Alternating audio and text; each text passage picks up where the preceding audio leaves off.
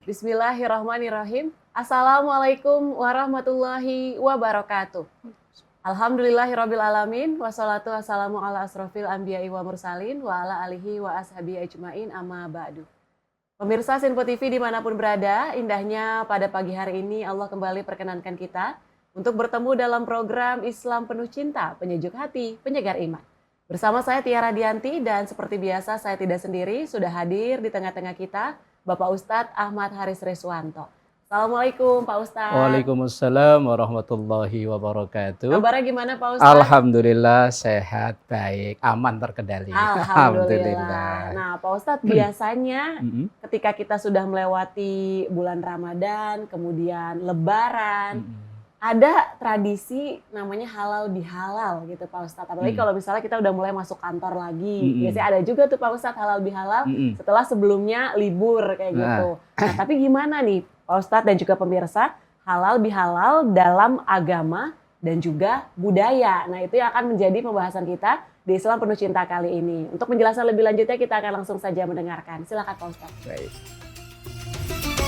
Assalamualaikum warahmatullahi wabarakatuh. Waalaikumsalam warahmatullahi wabarakatuh. Alhamdulillahilladzi ja'alana minal a'idina wal faizina wal maqbulin. Wassalatu wassalamu ala sayyidil mursalin wa ala alihi wa ashabihi ajma'in amma ba'du. Saudaraku pemirsa Sinpo TV dimanapun berada, juga Mbak Tiara, alhamdulillah setelah kita rehat Idul Fitri, Lebaran, kita melanjutkan program kita Islam Penuh Cinta. Tema bahasan kita pada kesempatan yang berbahagia ini adalah halal bihalal dalam perspektif agama dan budaya. Karena halal bihalal ini walaupun terlihat kayaknya seperti berbahasa Arab, tapi justru ketika kita cari dalam kamus bahasa Arab, mulai dari yang paling tipis sampai yang paling tebal, nggak akan kita jumpai kalau satu rangkaian kata halal bihalal. Justru malah akan kita jumpai dalam kamus besar bahasa Indonesia. Jadi sebetulnya halal bihalal ini asli ajaran agama atau budaya? Itu yang jadi pertanyaan. Karena ada sebagian saudara kita yang tidak mau atau bahkan dalam tanda kutip salah mensalahkan budaya halal bihalal ini. Halal bihalal ini adalah murni budaya Indonesia. Kalau kita baca dalam banyak literatur, orang yang pertama kali membudayakan atau memperkenalkan halal bihalal ini adalah seorang raja Jawa dulu namanya Mangkunegara I. Saat itu beliau berpikiran bahwa bagaimana caranya supaya untuk menyatukan visi dan misi antara raja, punggawa kerajaan dan para prajurit dan rakyatnya setelah pasca Ramadan. Kemudian dipopulerkan kembali oleh seorang tokoh Nahdlatul Ulama di sekitaran tahun 1946, namanya Kiai Wahab Hasbullah. Saat itu beliau diminta oleh Presiden Soekarno untuk mengumpulkan para pejabat untuk mengadakan, kalau dalam bahasa kita, islah, rekonsiliasi pada saat itu. Kemudian kebetulan saat itu terjadi setelah Ramadan dan kemudian Kiai Wahab Hasbullah memberi nama acara ini dengan nama halal bihalal, yaitu halal dengan halal atau halal disambut dengan yang halal, artinya saling menghalalkan. Jadi secara terminologi halal bihalal itu memang asli budaya Indonesia, tapi terinspirasi dari ajaran agama. Karena kalau kita lihat isi dari halal bihalal itu, yang pertama ya silaturahmi antara kita umat Muslim dan juga kadang umat yang beragama lain. Kemudian biasanya juga halal bihalal itu diisi acara saling memaafkan antara satu dengan yang lainnya. Dan kemudian dewasa ini, acara halal bihalal ini mulai dikenal atau bahkan diselenggarakan mulai dari tingkat terbawah, dari komunitas warga, tingkat RT RW, bahkan sampai ke istana negara. Mengadakan budaya ini, perkantoran hampir semua begitu hari pertama kerja atau mungkin di momen-momen berikutnya mengadakan acara halal bihalal. Nah, tadi saya bilang bahwa halal bihalal ini murni budaya Indonesia yang nggak akan dijumpai di negara-negara lain. Kalau di negara-negara lain selesai sholat Idul Fitri hanya mungkin mereka bersalaman saling mendoakan.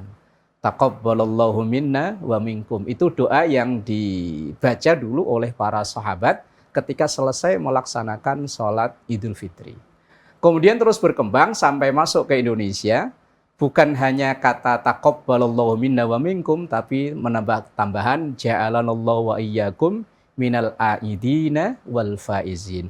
Tapi yang lebih dikenal masyarakat sekarang ini malah minal aidin wal faizin. Sehingga kita kalau berjumpa, bertemu dengan teman, bertemu dengan saudara, ketika pasca Idul Fitri selalu mengucapkan minal aidin wal faizin. Itu budaya.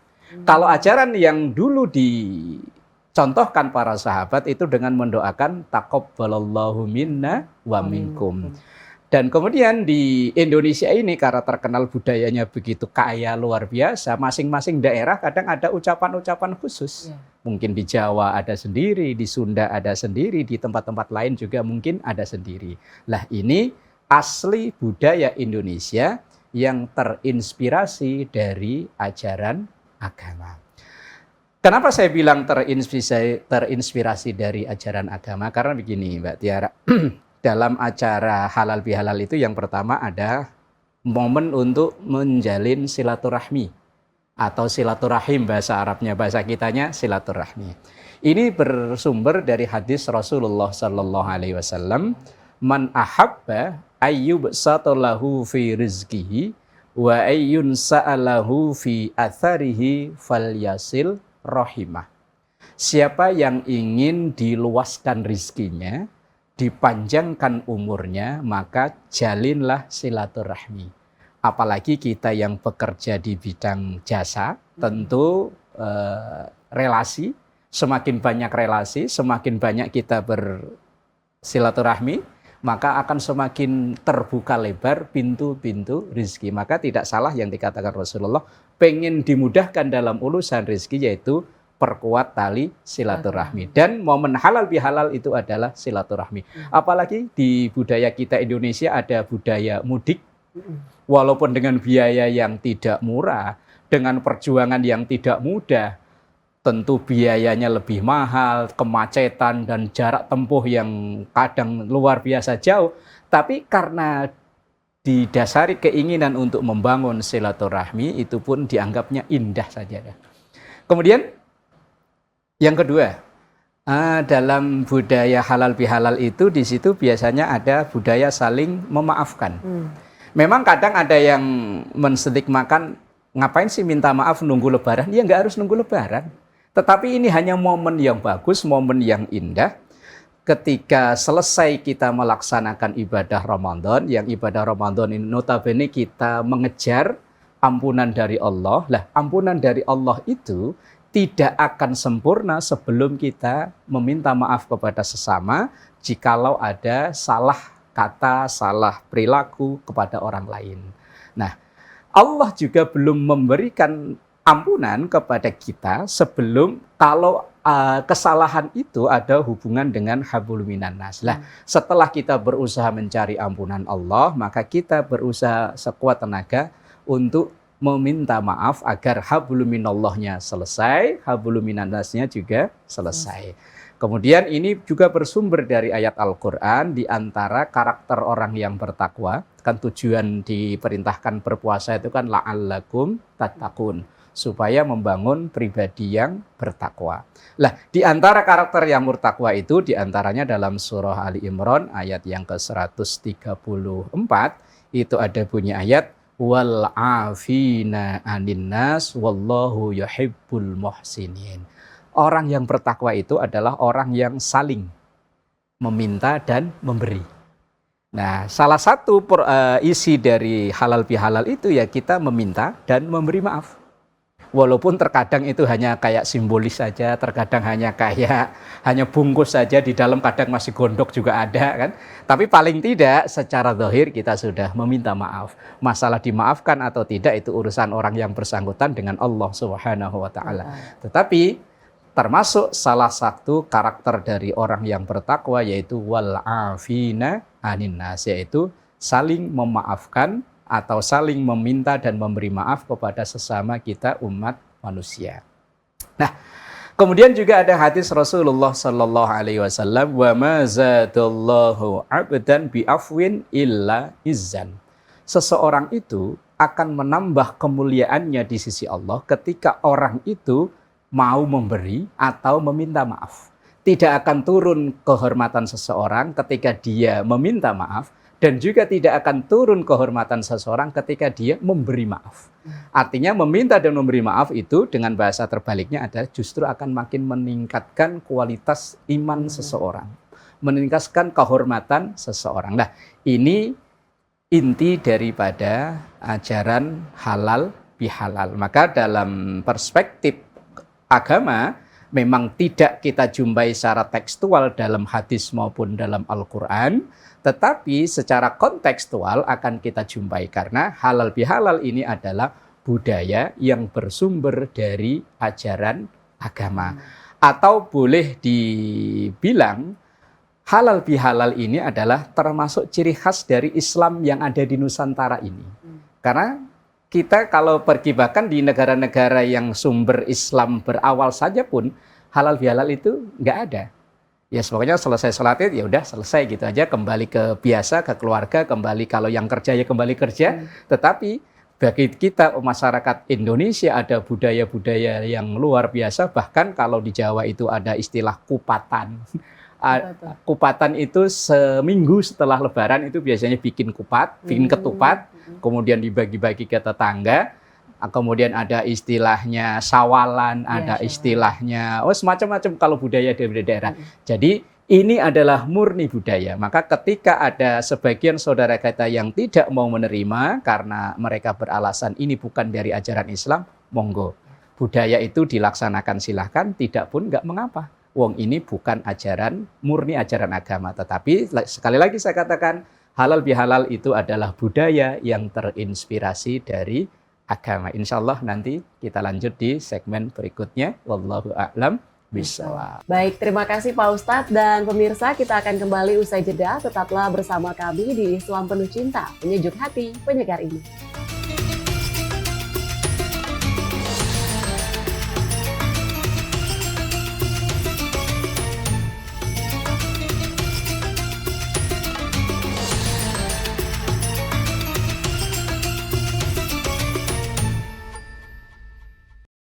Anda kembali menyaksikan Islam Penuh Cinta, penyejuk hati, penyegar iman. Masih bersama saya Tiara Dianti dan tentu bersama Bapak Ustadz Ahmad Haris Riswanto, di mana di episode kali ini kita ngobrol terkait dengan halal bihalal dalam agama dan budaya, Pak Ustadz. Secara terminologi asli budaya Indonesia yang merujuk kepada silaturahmi. Nah, tadi di segmen awal juga Pak Ustadz sudah menyampaikan sejarah awal munculnya halal bihalal ini, seperti itu. Dan biasanya nih Pak Ustadz, kalau kita merujuk ke halal bihalal ataupun saling maaf-maafan kayak gitu, ada momen mungkin kita ngerasa sungkan atau mungkin malu untuk kemudian kita menyampaikan permohonan maaf secara lisan. Nah, apakah kalau kita tidak melakukan itu kepada orangnya secara langsung, dosa-dosa kita tuh tidak diampuni oleh Allah atau seperti apa? Baik, saudaraku pemirsa Sinpo TV dimanapun Anda berada, juga Mbak Tiara, apakah ketika kita punya salah kepada seseorang, kemudian kita belum meminta maaf, apakah sudah diampuni oleh Allah? Atau ketika kita sudah beristighfar atau mohon ampun kepada Allah, Allah itu akan mengampuni kesalahan. Kalau kesalahan itu hubungannya dengan Allah saja, maka ketika dia sudah beristighfar, bertaubat, maka selesai sudah. Nah, tapi kalau kesalahan itu ada yang hablum minan nas, kesalahan dengan sesama kita manusia ini, kalau belum meminta maaf, maka selamanya belum dimaafkan oleh Allah. Makanya tadi disebut halal bihalal itu artinya saling menghalalkan. Saya punya salah, mohon dihalalkan. Mbak Tiara punya salah, saya halalkan. Itu namanya halal bihalal, saling memaafkan. Di antara salah satu syarat Allah mengampuni dosa seorang hamba, kalau dosa itu sesama manusia begini adalah ketika yang bersangkutan itu meminta dihalalkan. Meminta dimaafkan. Apakah sudah dimaafkan atau belum? Yang penting sudah dia meminta maaf, maka dia sudah mendapat ampunan dari Allah. Tapi tidak harus menjelaskan secara detail kesalahannya apa. Justru malah nanti jadi timbul permasalahan baru. Umpamanya Mbak Tiara minta maaf ke teman, mohon maaf ya kemarin saya omongin begini-begini. Nah, nanti akan timbul masalah baru. Cukup saya minta maaf. Di momen Lebaran ini udah selesai. Nggak perlu dijelaskan secara detail seperti itu, tidak. Lah kenapa seperti itu? Karena ada satu hadis Rasulullah begini, Mbak Tiara. Satu hari Rasulullah itu pernah berkumpul dengan para sahabat. Tiba-tiba beliau langsung berucap begini, Atadruna manil muflis, wahai para sahabatku, tahu nggak kalian siapa itu orang yang bangkrut? Tentu secara spontan para sahabat menjawab, Al-muflisuhuna man la dirham lahu wala mata. Orang bangkrut itu ya udah orang yang udah nggak punya harta benda sama sekali. Kemudian Rasulullah menjawab, enggak itu. Orang bangkrut itu adalah orang yang sholatnya rajin, puasanya rajin, zakatnya rajin, umroh mungkin bisa seminggu 2 kali kan, ya rumahnya deket Ka'bah kan. Haji tiap tahun mungkin. Tetapi satu sisi dia dosa kepada sesama belum meminta maaf. Mungkin lewat ucapannya, lewat tindakannya, ucapannya yang mungkin sering nyakitin orang, tindakannya yang sering mendolimi hak orang. Walaupun satu sisi dia ibadahnya bagus, tetapi hubungan sesama manusia tidak terjaga dengan baik, selama orang tersebut belum meminta maaf, maka orang inilah yang disebut dengan orang bangkrut. Lah kok bisa? Nanti karena nanti di akhirat ketika dia dengan bangga membawa pahala sholatnya, zakatnya, puasanya, dan lain-lain, tapi dari satu sisi, orang akan menuntut keadilan kepada Allah. Karena mungkin di dunia saat ia dizalimi, orang itu tidak berani membalas. Karena mungkin posisi saat itu statusnya berbeda. Orang yang menzalimi itu mungkin umpama ya, seorang pimpinan, seorang pejabat negara yang menzalimi rakyatnya. Rakyat mungkin nggak bisa berbuat apa-apa. Tapi nanti di akhirat dia akan nuntut. Dengan bahasa mungkin kalau bahasa kita begini, ya Allah, si fulan itu memang dia sholatnya rajin. Jamaahnya tekun, qobliyah ba'diyah, tarawih nggak pernah bolong. Tetapi satu sisi ya Allah, dia sering mengucapkan kata-kata menfitnah saya yang saya saat itu sama sekali nggak berdaya untuk membalas. Maka saat ini ya Allah, saya meminta pahala sholatnya. Kemudian pahala sholatnya diambil dikasih orang tersebut, orang yang dizalimi. Lah ketika dia terus itu terjadi, kemudian ada datang lagi orang yang menuntut balik, maka kalau pahala-pahalanya sudah diambil, diserahkan kepada orang yang menuntut, maka tinggal dosanya yang ada. Maka inilah orang yang bangkrut itu. Maka kecerdasan para ulama-ulama Nusantara saat itu, agar umat Islam ini selesai berjibaku dengan mencari ampunan Allah di bulan Ramadan, hubungan dengan Allahnya sudah bersih, sudah beres, bagaimana caranya hubungan dengan sesama manusia ini juga bersih juga. Inilah kecerdasan para orang-orang ulama-ulama dulu yang bagaimana caranya mensiasati kalau mungkin kadang datang satu untuk meminta maaf, kayaknya nggak mungkin. Misalnya kayak saya sama Mbak Tiara ke rumahnya juga jauh, ya udahlah momen halal bihalal yang diadakan di kantor, di komunitas tertentu, saat itulah walaupun mungkin mulut tidak mengucap saya maaf ya enggak, tapi ketika ada satu perwakilan memberikan sambutan, otomatis saat itulah, kalau bahasa kampung saya menyebutnya sekarang kosong-kosong. Ya, nah, dimulai dari nol ya. Dimulai nol ya, kayak petugas SPBU ya. Dimulai dari nol ya, walaupun mungkin besok dibuat baru lagi, itu urusan besok. Yang penting hari ini, kalau seandainya nggak ada umur hari ini, berarti hubungan hablum minan nasnya sudah selesai. Nah itu salah satu syarat Allah memberikan ampunan, Allah memberikan maaf kepada seseorang yang berdosa. Kalau itu dosa yang hablum minan nas, harus mendapatkan halal, dalam tanda kutip, dari orang yang dizalimi. Makanya disebut budayanya halal bihalal. Nah itu agar tidak terjadi, kita ini termasuk orang yang muflis itu tadi, orang yang bangkrut itu. Makanya ini termasuk ide cerdas luar biasa dari para pendahulu kita, agar umat muslim Indonesia pada khususnya dan umumnya mungkin bisa dilaksanakan di negara-negara lain. Dan kayaknya juga di negara-negara tetangga sudah mulai ada budaya halal bihalal ini.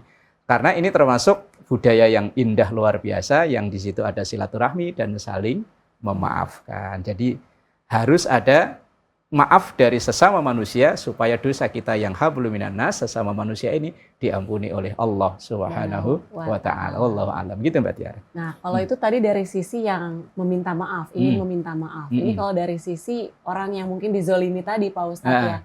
Ada juga istilah, oke, aku akan memaafkanmu tapi tidak akan pernah melupakan perbuatanmu gitu Pak Ustadz. Nah itu levelnya seperti apa? Aku akan memaafkanmu tapi tidak akan melupakan apa yang telah kamu lakukan kepada saya misalnya. Pendendam kah? Atau harus seperti apa agar kita bisa legowo terhadap orang-orang yang mungkin sudah menzolimi kita gitu Pak Ustadz? Baik. Memaafkan itu sudah tindakan yang luar biasa. Tidak melupakan itu juga ada sisi positifnya. Agar kita bisa berhati-hati lagi, lebih berhati-hati supaya tidak terdolimi yang kesekian kalinya lagi. Bukan diartikan sebagai pendendam ya. Ya mungkin ketika sudah memaafkan itu berarti sudah rasa dendamnya, rasa legowonya sudah hilang. Tapi untuk melupakan itu memang bukan perkara mudah. Tidak melupakan bukan berarti tidak memaafkan. Yang terpenting sudah ada kata maaf, sudah memaafkan walaupun belum melupakan itu urusan lain. Nah, memang banyak orang yang ketika sakit hatinya sudah mentok mungkin ya, udah di level mentok lah. Memaafkan itu pun butuh proses. Ketika dia sudah memaafkan itu termasuk level tersendiri, karena ada hadis yang saya bacakan tadi di segmen pertama bahwa Allah itu akan menambah kemuliaan seseorang yang mau memaafkan, bukan melupakan. Teks hadisnya yang penting memaafkan. Lah, masalah melupakan dan tidak melupakan itu mungkin dari satu sisi dia tidak melupakan itu supaya ia bisa lebih waspada, lebih hati-hati supaya tidak terjadi kecelakaan atau korban yang sama dengan dirinya sehingga dia masih mengingat, tetapi untuk memaafkan kesalahan itu sudah termasuk level yang luar biasa, termasuk kemuliaan atau nilai plus tersendiri di hadapan Allah Subhanahu wa taala. Dan Rasulullah Shallallahu alaihi wasallam kalau memang kita sebagai seorang muslim adalah pribadi yang sangat mudah untuk memaafkan. Tapi juga satu sisi Rasulullah Shallallahu alaihi wasallam tetap mengingat orang-orang yang pernah mendolimi beliau, tapi dari satu sisi beliau juga sudah memaafkan orang-orang yang mendolimi beliau. Wallahu a'lam. Gitu ya. Nah, kalau misalnya tadi Pak Ustadz sudah menyampaikan juga bahwa halal bihalal secara terminologi asli budaya Indonesia. Jadi mau dilaksanakan monggo tidak masalah seperti itu. Bagaimana menyikapinya dengan adanya perbedaan tersebut Pak Ustadz yang melihat halal bihalal dari sisi budaya dan agama itu? Begini Mbak Tiara, karena ini budaya itu bukan sesuatu keharusan yang wajib untuk dilaksanakan. Dari sisi agama ya silahkan saja, mau mengadakan ya silahkan, enggak yang tidak. Yang terpenting di antara kita dalam satu atap pekerjaan, dalam satu rumah, dalam satu atap wilayah, tidak ada dendam, tidak ada saling memusuhi, tidak ada saling menyimpan rasa yang tidak baik dan lain. Yang penting udah saling memaafkan, mau ngadain halal bihalal dan tidak itu urusan nomor kesekian. Yang terpenting antara kita, apalagi kita ya ada termasuk akhlak yang terbaik ketika kita berkumpul kayak kita ini kan dalam satu kerjaan kan mungkin ada ucapan kita, ada tindakan kita yang kadang menyinggung rasa. Alangkah baiknya ketika kita mau pulang atau selesai dari kerjaan itu dengan membiasakan untuk maafin, pamit sekalian pulang. Berarti otomatis kesalahan yang terjadi hari itu sudah selesai. Seandainya kok nanti diselesai Idul Fitri tidak ada momen halal bihalal pun nggak masalah. Jadi halal bihalal itu budaya, jadi budaya itu dilaksanakan monggo. Tetapi karena kadang di antara kita tadi itu ada rasa canggung, malu untuk meminta maaf, ya halal bihalal adalah solusi untuk saling memaafkan antara kita. Kadang karena meminta maaf itu tidak semua orang untuk bisa mengucapkan itu. Walaupun ini kata yang mudah diucap, tapi tidak semuanya bisa. Maka halal bihalal termasuk solusi dari kita saling meminta dan memberi maaf kepada sesama kita. Itulah kecerdasan para pendahulu kita untuk memberi wadah supaya kita bersih dari rasa dendam, supaya kita saling memaafkan dan lain sebagainya. Wallahu a'lam bishawab. Berarti yang ditekankan adalah dari sisi silaturahmi dan juga saling memaafkan. Baik, dan semoga Islam penuh cinta kali ini bisa bermanfaat bagi seluruh pemirsa Simpo TV dimanapun berada. Akhir kata saya Tiara Dianti mewakili seluruh kerabat kerja yang bertugas pamit undur diri. Terima kasih. Wassalamualaikum warahmatullahi wabarakatuh. Astaghfirullahaladzim laqal ma'bud ya dzal jalali wal ikram. Bismillahirrahmanirrahim. Alhamdulillahirabbil alamin. Allahumma shalli ala sayyidina Muhammad wa ala ali sayyidina Muhammad. Allahumma rabbana zalamna anfusana wa illam taghfir lana wa tarhamna lanakunanna minal khasirin. Rabbana taqabbal minna innaka antas samiul alim wa tub alaina innaka antat tawwabur rahim. Rabbana atina fid dunya hasanah wa fil akhirati hasanah wa qina adzabannar. Sallallahu ala sayyidina Muhammad wa ala alihi wa sahbihi wa sallam walhamdulillahi rabbil alamin. Wassalamualaikum warahmatullahi wabarakatuh. Waalaikumsalam warahmatullahi wabarakatuh.